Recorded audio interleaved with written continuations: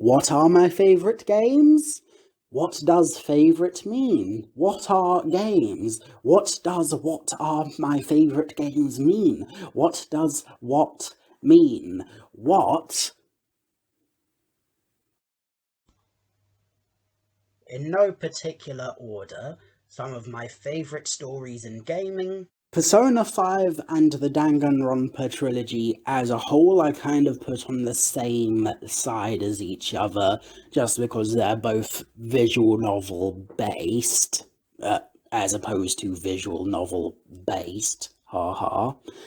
But I'd also say the stories kind of hit similar itches, like long, detailed character explorations and befriendings of the NPCs, big-brained, insane plot twists that kind of mostly make sense, but also are shocking enough to be shocking, but also in a way that doesn't make you feel super cheated. At least most of the time. There are some exceptions, but, your mileage may vary. So for more gamey games, in a way, Hollow Knight. Surprisingly amazing story mode, and in my opinion, the only video game with a Dark Souls style format of storytelling that actually does it in a good way. Like, I like Bloodborne, but I've played it, I've tried reading every single item that I come across to try and get more of an idea of the world of this Lovecraftian entrenched nightmare of Britishness and demons, but also at the same time, it just felt like pausing the gameplay to absorb it in a way that felt more like homework to me, unfortunately. Whereas with Hollow Knight, I guess in a way, oddly enough, the visuals sell it really well. Like, you go throughout this vast expanse of a land, so when you actually do end up coming across actual NPCs, then holy fluff. The world doesn't revolve around me, and I might be in trouble.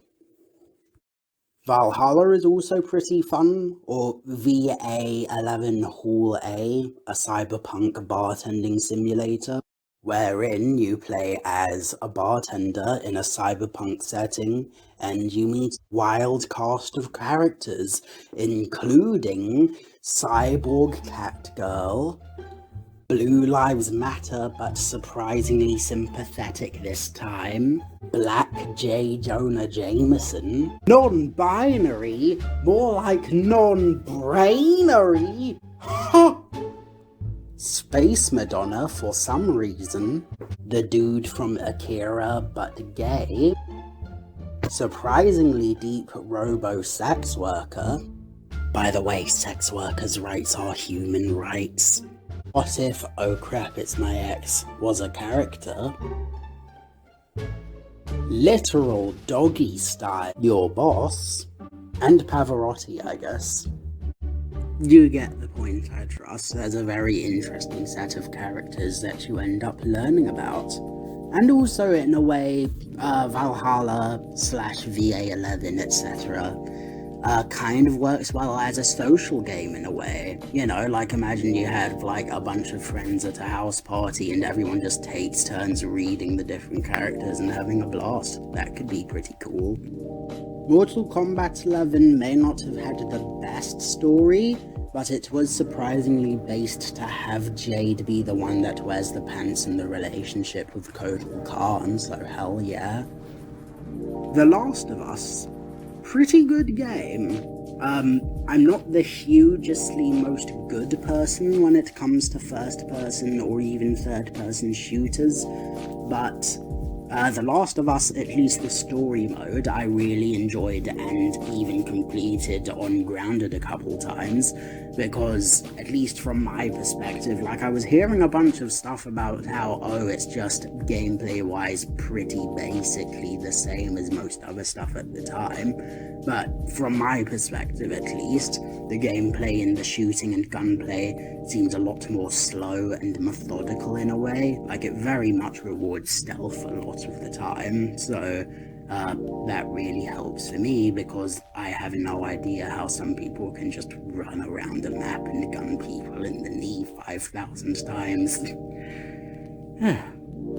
My only mild criticism is actually something that came up a little while ago from sometime when I saw a video by one Tim Hickson, or Hello Future Me, on YouTube.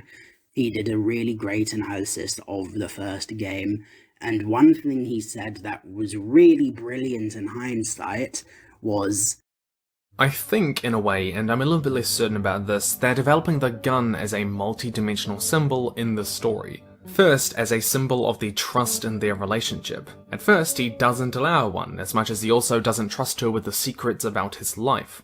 You don't bring up Tess. Ever. The point being that Joel is reluctant to let her make her own decisions, or to take risk on herself. It's something she has to forcibly push on him. Needless to say, unfortunately, the game didn't go anywhere with using Joel teaching Ellie how to use the gun as greater thematic symbolism for anything else for the most part, which is a bit of a shame because it would have been an interesting way to sort of round out the whole mentorship aspect. So yeah. Metal Gear Solid 3. Surprisingly great gaming story. I won't go too much into it, but I do actually have a article I wrote a while ago for Go-To Games talking about why the boss is one of my favorite villains in gaming, and also I happened to be paid to write a million different articles on varyingly insane topics, which was amazing, including my borderline erotic fascination with taking the mick out of Bobby Kotick. So that's nice.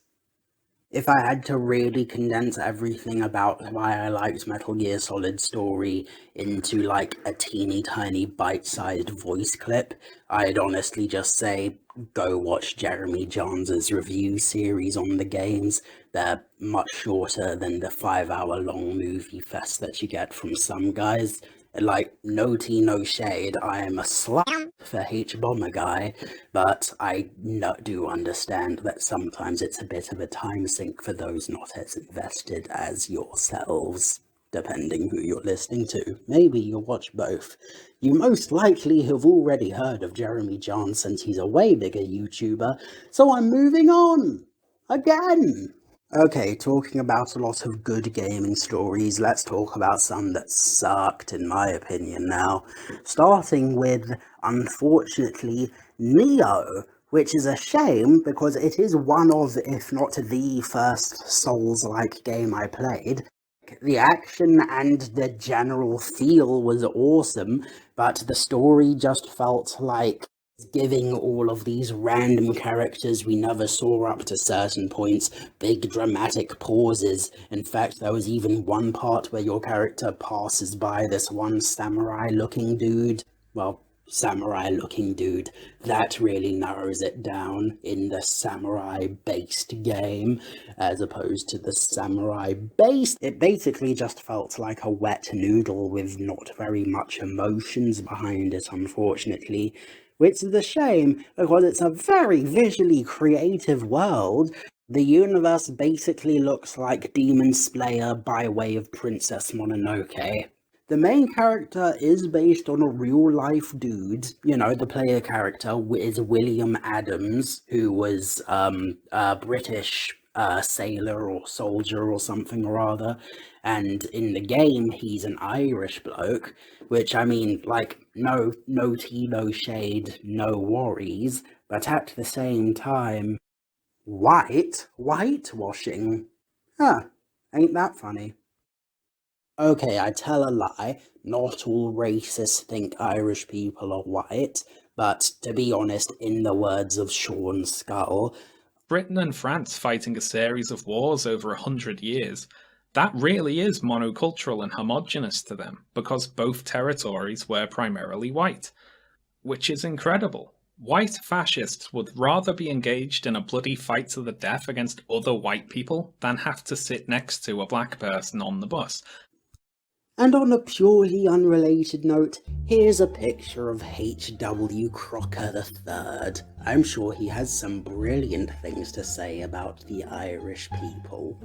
Especially in his politically incorrect guide to the British Empire. We all know that we did absolutely nothing wrong. Not ever, ever, ever. I mean, for real, look at how many countries have Independence Day holidays thanks to us. We're the good guys in every conceivable way.